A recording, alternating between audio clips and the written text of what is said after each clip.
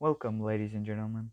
Today, I want to show you a game played by a very strong player. Jonathan here is over 1800 elo.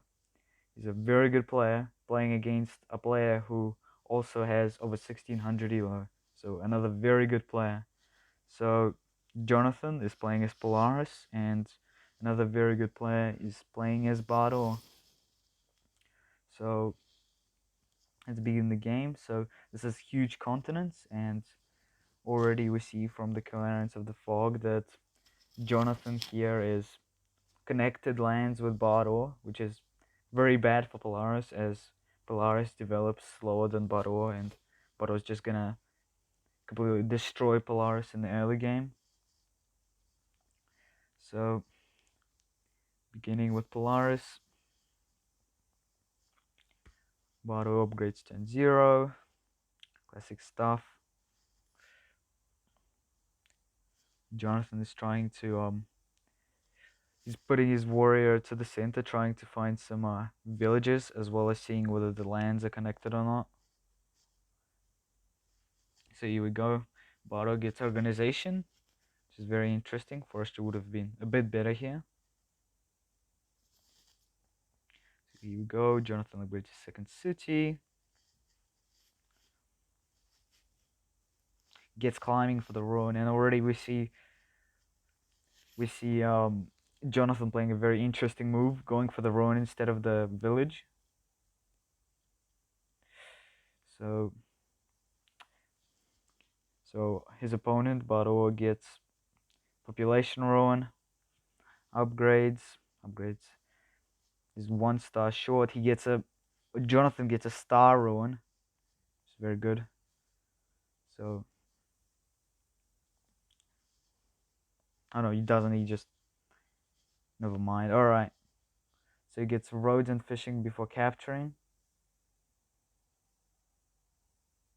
Okay, so a lot of things happen here. Turn off the fog so that we can see what vision other players have. So here we have Jonathan's the opponent just taking both the villages from Jonathan. So Jonathan is forced to, try and get the other village. But his opponent takes that too. And Bardo just destroys Polaris in the early game, so this wasn't like a surprise.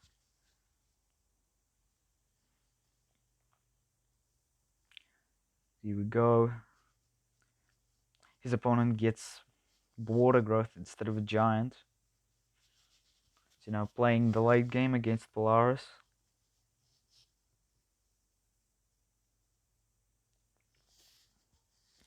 Jonathan is pretty much forced to he can't go for the village since the riders are blocking it. So he's forced to kill the front riders. His opponent gets forestry before capturing and gets a giant.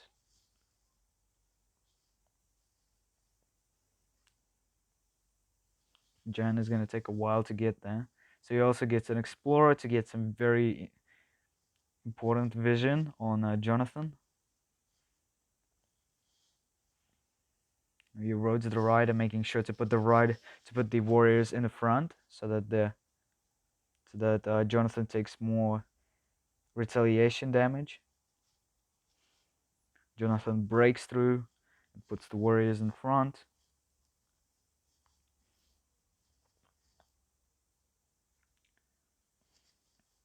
So his opponent is playing the long game, so because they know they can't break through probably if they get a giant now, so they're just trying to you know outwin his opponent by economy, which is not that good of a move considering that Polaris is one of the best late game tribes.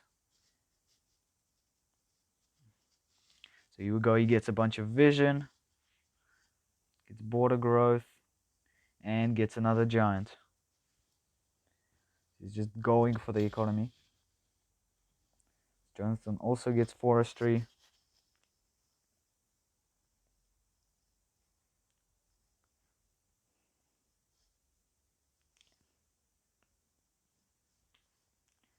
and they decide to go ahead and not take border growth, but instead go for population, for the early army to counter the giant. Also got a lot of whales from that. Very interesting. Instead of population growth, they go border growth for the whales. His opponent gets math to counter the army. Jonathan gets whaling. Oh yeah, and I just want to point out something that Jonathan was very close to getting 3 more villages, but got a bit unlucky. He can't see that from his vision. Just very, very unlucky on his part. But he still wins, so no. So he gets math and gets 2 more armies, just countering the giants. The Gamis are way better than giants. They just perma-freeze them.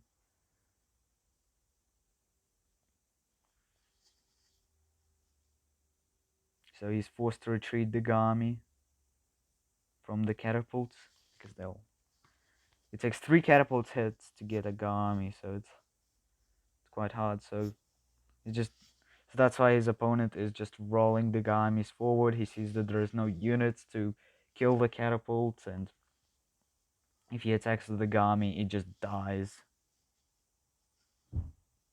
He's just fully pushing with catapults, just a maximum attack. So he's forcing Jonathan to get chivalry. And here we see Jonathan completely sacrificing his Gami. That Gami is just dead by the 2 riders.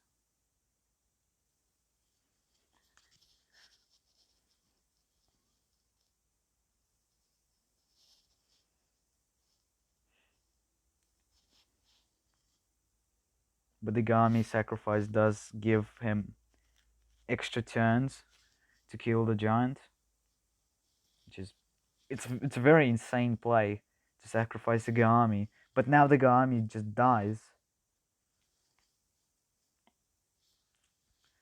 Just it's a very, very interesting to sacrifice your Gami to get 1 more turn of time. Very good.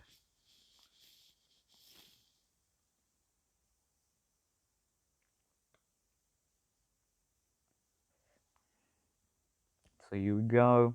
Jonathan upgrades his back city, and he's brewing an attack on the He started to brew an attack here. So this is instead of here, it would be very smart to put an attack here because the ice is much more better for Polaris because of Polarism, which allows for to double the movement. Gives the glide ability to every one of his single units, so the attack on this side will be stronger attack on this side. So the macro is very good. He gets another whale and just starts spamming knights. So here his opponent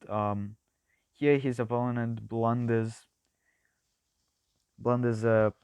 basically a catapult chain, which is very hard to see.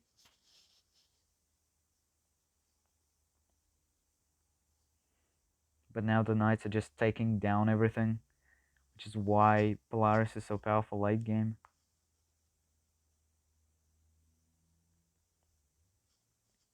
His opponent is starting to pretty much lose. He's gonna have to start pushing back. He's forced to create more giants. Otherwise, once the giants fall, it's just over. Because the shields just can't survive being thrown so many knights at. Here we go. So Jonathan makes a single blunder of attacking with the knight first, but that's fine. And he hasn't blundered since. It's a little thing. So here we go.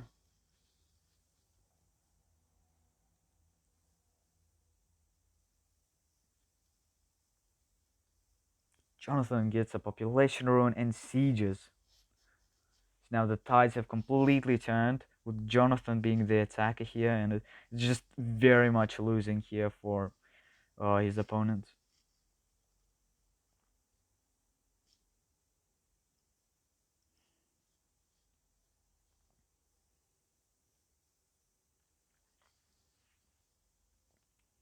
His opponent is also starting to get chivalry because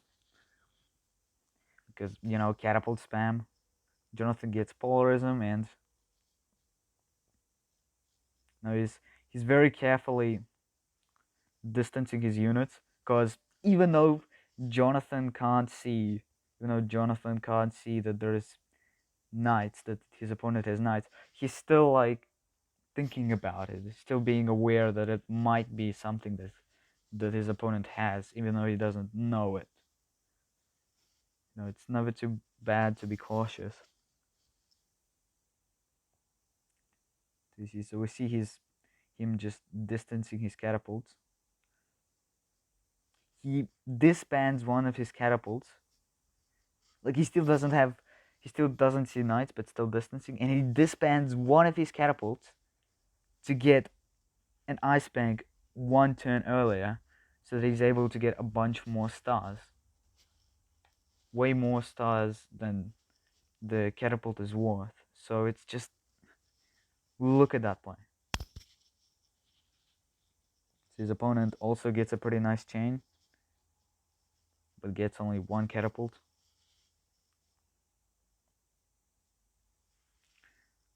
Uses a bunch of roads, but obviously can't reach the catapult.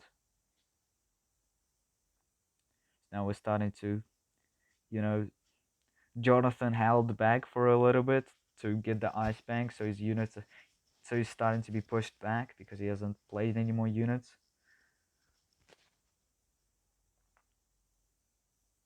And he's forced to get knights in the back again, and his opponent proceeds to make another mistake,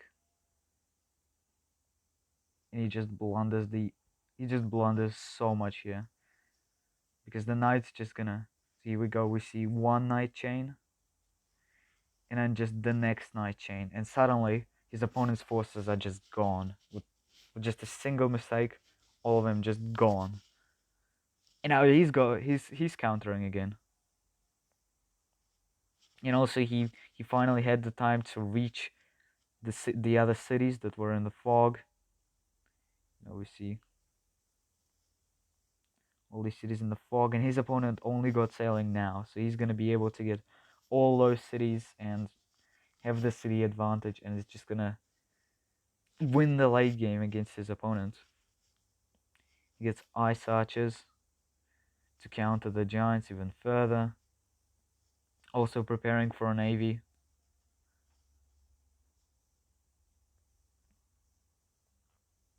So his opponent is just keeping a few knights in the back, just in case he distances any units, just in case he doesn't distance any units, which he's not gonna do. He's just gonna.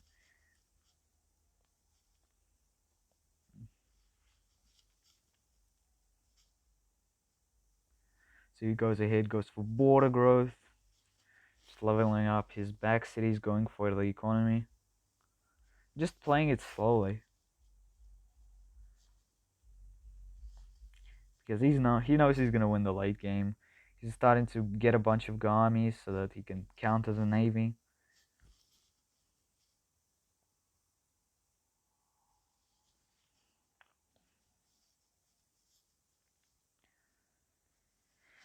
And here we go, another chain blundered. I mean, all of these chains aren't easy to spot. It's not the easiest thing to distance your units correctly. Just try to put one or two easy to kill units together instead of all of them in a chain. Now he gets another Gami. So Last turn, by the way, if you didn't see, Jonathan forced the battleship. So you go, I'll show you again. Don't think you saw that, but he completely spent all of his stars. He was forced to spend all of his stars onto the battleship to kill the rider. So now, now his terrain is just, now he just doesn't have any more units. It's gonna be very risky playing this against a player who has a lot of units. His military is just gonna overrun him, and that's exactly what we see here.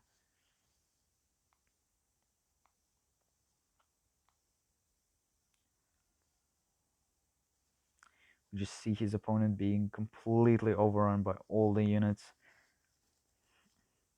He's just going for the economy right now. He's not worrying. So there we go. There's the action. He gets the back catapults. Like he gets everything now. The giants are falling. He has no protection against the catapults, and he can't knight chain because all the knights are distancing themselves, and it's just completely lost for Baro. I mean, 83 stars per turn.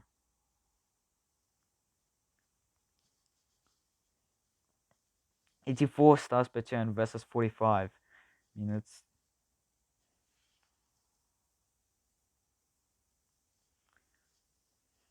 Maro tries to go for counterplay, but there's just nothing. All of his units are going to be frozen now.